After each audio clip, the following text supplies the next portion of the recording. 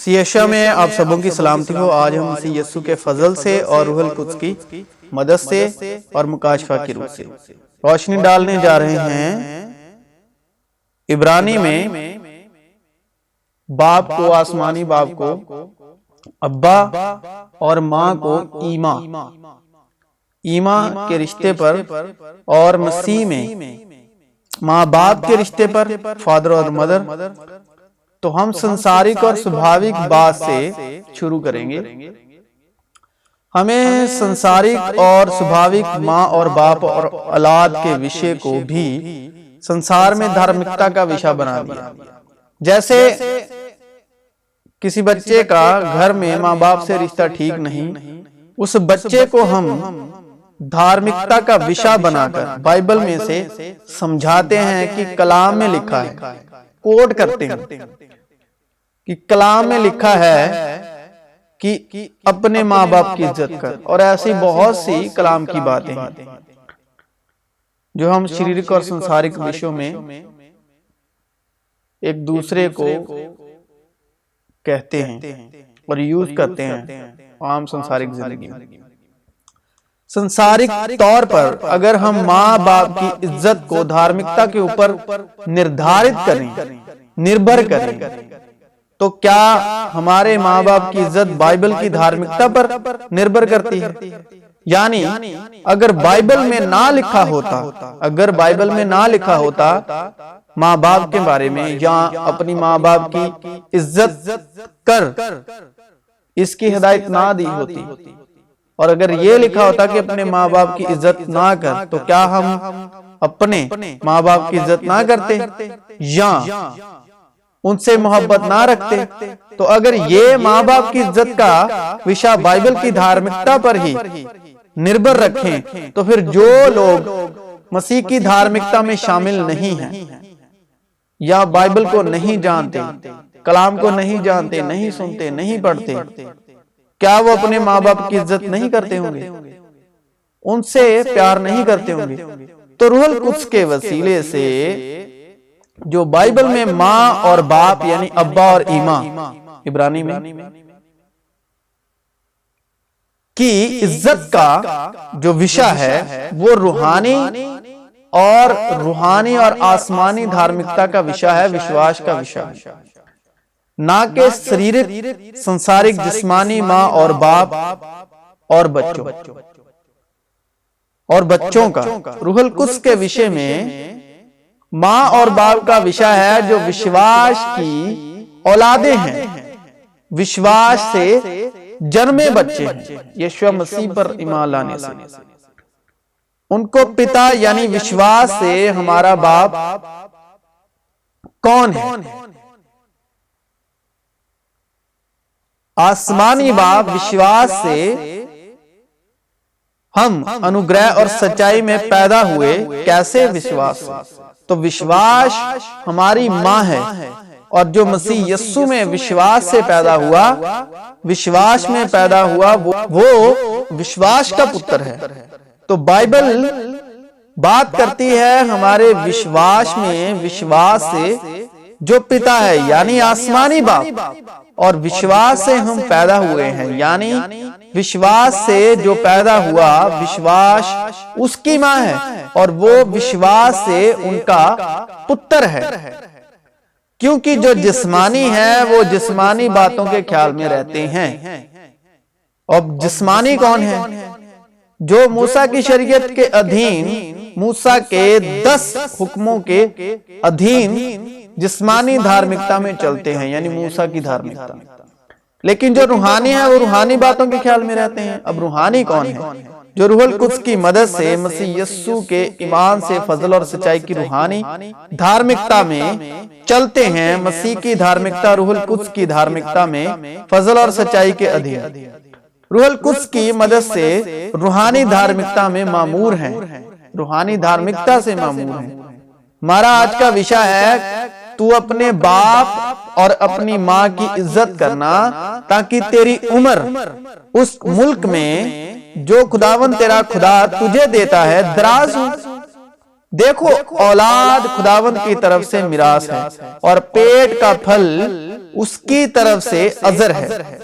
इसी वास्ते वो मिरास ईमान से मिलती है, विश्वास से मिलती है, विश्वास की औलाद, ताकि फजल के तौर पर हो और वो वादा कुल नस्ल के लिए कायम रहे, ना सिर्फ उस नस्ल के लिए जो शरीयत वाली है, बल्कि उसके लिए भी जो इब्राहिम की मानंद ईमान वाली है। वो ही हम सब का बाप है। अब्राहम विश्वास ही से पिता और सारा विश्वास ही से मां ठहरे, क्योंकि उन्होंने विश्वास ही से संतान को हासिल किया। जब अब्राहम, अकेला अब्राहम, अभी वो अब्राहम नहीं हुआ, अभी अब्राहम है।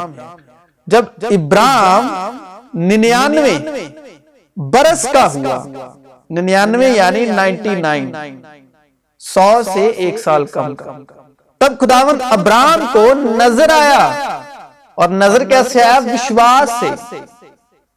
और उससे कहा कि मैं खुदा एक कादिर हूं, तू मेरे हजूर में चल और कामिल हो, और मैं अपने और तेरे दरमियान अहद बांधूंगा और तुझे बहुत ज्यादा बढ़ाऊंगा। तब अब्राहम सरनीगुन हो गया और खुदा ने उससे हम कलाम होकर फरमाया कि देख, मेरा अहद तेरे साथ है, वादा वाचा तेरे साथ है, और तू बहुत कौमों का बाप होगा, बहुत कौमों का बाप। और तेरा नाम फिर अब्राहम नहीं कहलाएगा, बल्कि तेरा नाम अब्राहम होगा। यानी हाम जुड़ा है हामिला से, क्योंकि सारा गर्भवती है। गर्भवती को कहते हैं हामिला। जो औरत हामिला हो गर्भवती को, तो वो अब्राहम हुआ सारा के हामिला होने से। क्योंकि मैंने तुझे बहुत कौमों का बाप ठहरा दिया। तो बाप कैसे ठहरा? वो सारा के हामिला होने से। तो जब सारा हामिला हुई तो वो अब्राहम हुआ, क्योंकि वो बाप ठहरा। और मैं तुझे बहुत बड़ोमंद करूंगा और कौमें तेरी नस्ल से होंगी और बादशाह तेरी औलाद में से बर्पा होंगे। और मैं अपने और तेरे दरमियान और तेरे बाद तेरी नस्ल के दरमियान उनकी सब पुश्तों के लिए अपना अहद यानी वाचा, जो अब्दी अहद होगा, अब्दी हमेशा का अहद बांधूंगा, ताकि मैं तेरा और तेरे बाद तेरी नस्ल का खुदा रहूं। ईमान ही के सबब विश्वास ही से अब्राहिम जब बुलाया गया तो हुक्म मानकर उस जगह चला गया जिसे मिरास में लेने वाला था। और अगरचे जानता ना था कि मैं कहां जाता हूं, तहम रवाना हो गया। ईमान ही से उसने वादा किए हुए मुल्क में इस तरह मुसाफिराना तौर पर बुदोबाश की गोया गैर मुल्क है। और इज़हाक और यकूब समेत जो उसके साथ उसी वादे के वारिस थे, खेमों में सुकूनत की, क्योंकि वो उस पायदार शहर का उम्मीदवार था जिसका मीमार और बनाने वाला खुदा है। ईमान ही से सारा ने भी सिनाए याश के बाद हामिला होने की ताकत पाई, इसलिए कि उसने वादा करने वाले को सच्चा जाना। बस एक शख्स से जो मुर्दा सा था, आसमान के सितारों के बराबर कासिर और समुंदर के किनारे की रेत के बराबर बेशुमार औलाद पैदा हुई। ये सब ईमान की हालत में मरे, विश्वास की हालत में मरे, और वादा की हुई चीजें ना पाई, मगर दूर ही से उन्हें देखकर खुश हुए और इकरार किया कि हम जमीन पर परदेसी और मुसाफिर हैं। क्योंकि ये वादा कि वो दुनिया का वारिस होगा ना इब्राहिम से ना उसकी नस्ल से शरीयत के वसीले से किया गया, मूसा की व्यवस्था के वसीले किया गया था, बल्कि ईमान की रास्तबाजी के वसीले से। और किताब मुकद्दस पुराना अहदनामा, किताब मुकद्दस ने पेशतर से यह जानकर कि खुदा गैर कौमों को ईमान से रास्तबाज ठहराएगा, धर्मी ठहराएगा, विश्वास से पहले ही से इब्राहिम को यह खुशखबरी सुना दी कि तेरे बायस सारी कौमें बरकत पाएंगी। बस जो ईमान वाले हैं वो ईमानदार इब्राहिम के साथ बरकत पाते हैं, क्योंकि लिखा है कि रास्तबाज ईमान से जीता रहेगा। मसीह जो हमारे लिए लानती बना, उसने हमें मोल लेकर शरीयत की लानत से छुड़ाया, मूसा की वाचा के व्यवस्था के शराब से छुड़ाया। किसने? मसीह यीशु ने। क्योंकि लिखा है कि जो कोई लकड़ी पर लटकाया गया वो लानती है, ताकि मसीह यीशु में इब्राहिम की बरकत गैर कौमों तक भी पहुंचे और हम ईमान के वसीले से उस रूह को हासिल करें जिसका वादा हुआ है। बस इब्राहिम और उसकी नस्ल से वादे किए गए। वो ये नहीं कहता कि नस्लों से, जैसा बहुतों के वास्ते कहा जाता है, बल्कि जैसा एक के वास्ते कि तेरी नस्ल को, और वो मसीह है। मेरा ये मतलब है कि जिस अहद की खुदा ने पहले से तस्दीक की थी, उसको शरीयत 430 बरस के बाद आकर बातिल नहीं कर सकती कि वो वादा ला हासिल हो। क्योंकि अगर मिरास शरीयत के सबब से मिली है तो वादे के सबब से ना हुई, मगर इब्राहिम को खुदा ने वादे ही की राज से बख्शी। ये लिखा है कि इब्राहिम के 2 बेटे थे, एक लौंडी से, दूसरा आजाद से। मगर लौंडी का लड़का जिस्मानी तौर पर और आजाद का लड़का वादे के सबब से पैदा हुआ। इन बातों में तमसील पाई जाती है, इसलिए कि ये औरतें गोया 2 अहद हैं। एक कोहे सिना पर का, कोहे सिना पर से क्या मिला? मूसा की शरीयत, मूसा की वाचा, जिससे गुलाम ही पैदा होते हैं, और वो हाजरा है। और जो शरीयत के अधीन है, मूसा के 10 हुक्मों के अधीन है, वो हाजरा की संतान है, यानी शरीयत की संतान है। तो वो शरीयत की औलादे हैं। तो शरीयत जो है वो गुलाम ही पैदा करती है। और हाजरा अरब का कोहे सिना है, और मौजूदा यरूशलेम उसका जवाब है, क्योंकि वो अपने लड़कों समेत गुलामी में है। मगर आल में बाला की यरूशलेम आजाद है, और वो हमारी माँ है। क्योंकि लिखा है कि ऐ बांझ, तू जिसके औलाद नहीं होती खुशी मना, तू जो दर्दे ज़ैद से ना वाकिफ है, आवाज बुलंद करके चिल्ला, क्योंकि बेकस छोड़ी हुई की औलाद शौहर वाली की औलाद से ज्यादा होगी। बस ऐ भाइयों, हम इज़हाक की तरह वादे के फर्जंद हैं, इज़हाक की तरह वादे के फर्जंद हैं। और जैसे उस वक्त जिस्मानी पैदाइश वाला रूहानी पैदाइश वाले को सताता था, वैसे ही अब भी होता है।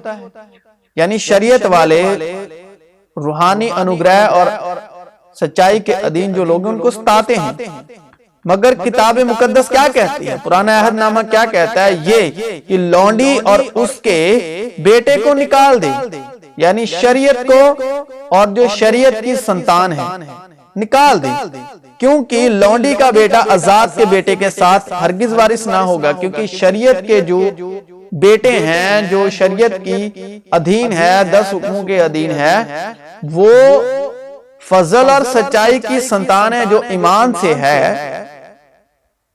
उसके साथ वारिस ना होगा। कि कहां का वारिस? बादशाहत का वारिस, रूहानी कलाम का वारिस, रूहुल कुद्स के कलाम का वारिस। बस ऐ भाइयों, हम लौंडी के फर्जंद नहीं बल्कि आजाद के हैं, यानी रूह के। क्योंकि मसीह यीशु ने आजादी के लिए आजाद किया, और जहां कहीं रूह है वहां आजादी है, क्योंकि रूह सच्चाई है। तो बल्कि आजाद के हैं, यानी ईमान से, रूहुल कुद्स से, फजल और सच्चाई की संतान है। और जमीन पर किसी को अपना बाप ना कहो, क्योंकि तुम्हारा बाप एक ही है जो आसमानी है। मैं ये कहता हूं कि वारिस जब तक बच्चा है, अगरचि वो सबका मालिक है, मगर उसमें और गुलाम में, जो शरीयत के अधीन है, जो शरीयत से पैदा होते हैं, गुलाम में फर्क नहीं। बल्कि जो मयाद बाप ने मुकर्रर की उस वक्त तक सरप्रस्तों और मुख्तारों के इख्तियार में रहता है। इसी तरह हम भी जब बच्चे थे तो दुनियावी इब्तिदाई बातों के पाबंद होकर गुलामी की हालत में रहे। लेकिन जब वक्त पूरा हो गया तो खुदा ने अपने बेटे को भेजा, रूहुल कुद्स को, जो औरत से पैदा हुआ और शरीयत के मुताबिक पैदा हुआ, ताकि शरीयत के मुताबिकों को मोल लेकर छुड़ा ले और हमको लपालक होने का दर्जा मिले। और चूंकि तुम बेटे हो, इसलिए खुदा ने अपने बेटे की रूह हमारे दिलों में भेजी, जो अब्बा यानी ए बाप कह कर पुकारती है। बस अब तू गुलाम नहीं, अब तू गोली की संतान नहीं, हाजरा की संतान नहीं, शरीयत की संतान नहीं, बल्कि बेटा है। और जब बेटा हुआ तो खुदा के सबब वारिस भी हुआ, क्योंकि दूध पीते हुए को रास्तबाजी के कलाम का तजर्बा नहीं होता। रास्तबाजी यानी धार्मिकता के कलाम का, फजल और सच्चाई के कलाम का तजर्बा नहीं होता, इसलिए कि वो बच्चा है। इसलिए कि जितने खुदा की रूह की हिदायत से चलते हैं वो ही खुदा के बेटे हैं, क्योंकि तुमको गुलामी की रूह नहीं मिली। गुलामी की रूह कहां से मिलती है? शरीयत से, मूसा की वाचा से, मूसा के 10 हुक्मों से, जिससे फिर डर पैदा हो, जिससे फिर डर पैदा हो। और शरीयत क्या पैदा करती है? डर पैदा करती है, मौत का डर, मौत का डर पैदा करती है। ये करोगे तो मर जाओगे, ये करोगे तो मर जाओगे। इसीलिए यीशु मसीह शरीयत के अधीन मोए, सलीब पर मोए, क्योंकि मूसा की शरीयत में हर गलती की सजा थी और हर गलती की भरपाई देनी पड़ती। और यीशु मसीह ने एक ही बार सारी सजाओं की जो भरपाई थी, अपनी जान से, अपने खून से, सारी मूसा की शरीयत की भरपाई पूरी कर। तो इसीलिए खुदा ने कहा कि तुम विश्वास, मौत से आगे जियो, मौत से आगे, और शरा के अधीन डर कर नहीं जीना, क्योंकि जो शरा के अधीन होना था वो हो चुका।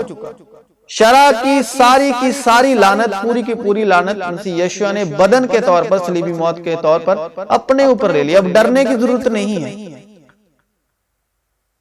क्योंकि मसीह ने हमें खौफ की रूह नहीं दी, डर की रूह नहीं दी, बल्कि मोहब्बत और तरबियत करने की रूह और दिलेरी की रूह दी है। और दिलेरी कहां से मिलती है? फजल और सच्चाई के अधीन रूहुल कुद्स से दिलेरी मिलती है। बल्कि लपालक होने की रूह मिली, जिससे हम अब्बा यानी ए बाप कहकर पुकारते हैं।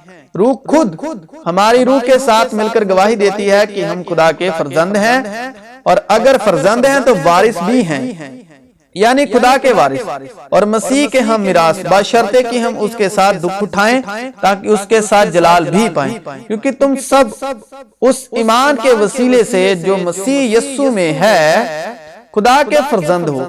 हम फर्जंद कैसे हैं? हम बेटे कैसे हैं? वारिस कैसे हैं? ईमान के वसीले से। और ईमान हमारी माँ है, और उसी के वसीले से आसमान का जो पिता है, जो जलाल का बाप है, वो हमारा ईमान के वसीले से बाप है। और तुम सब जितनों ने मसीह में शामिल होने का बपतिस्मा लिया, मसीह को पहन लिया। ना कोई यहूदी रहा, ना यूनानी, ना कोई गुलाम, ना आजाद, ना कोई मर्द, ना औरत, क्योंकि तुम सब मसीह यस्सु में एक हो। और अगर तुम मसीह के हो तो इब्राहिम की नस्ल और वादे के मुताबिक वारिस हो। जिसके कान हो वो सुने कि रूह कलीसियाओं से क्या कहती है। जो गालिब आए उसको दूसरी मौत से नुकसान ना पहुंचेगा। जो गालिब आए वो ही इन चीजों का वारिस होगा, और मैं उसका खुदा होऊंगा और वो मेरा बेटा होगा।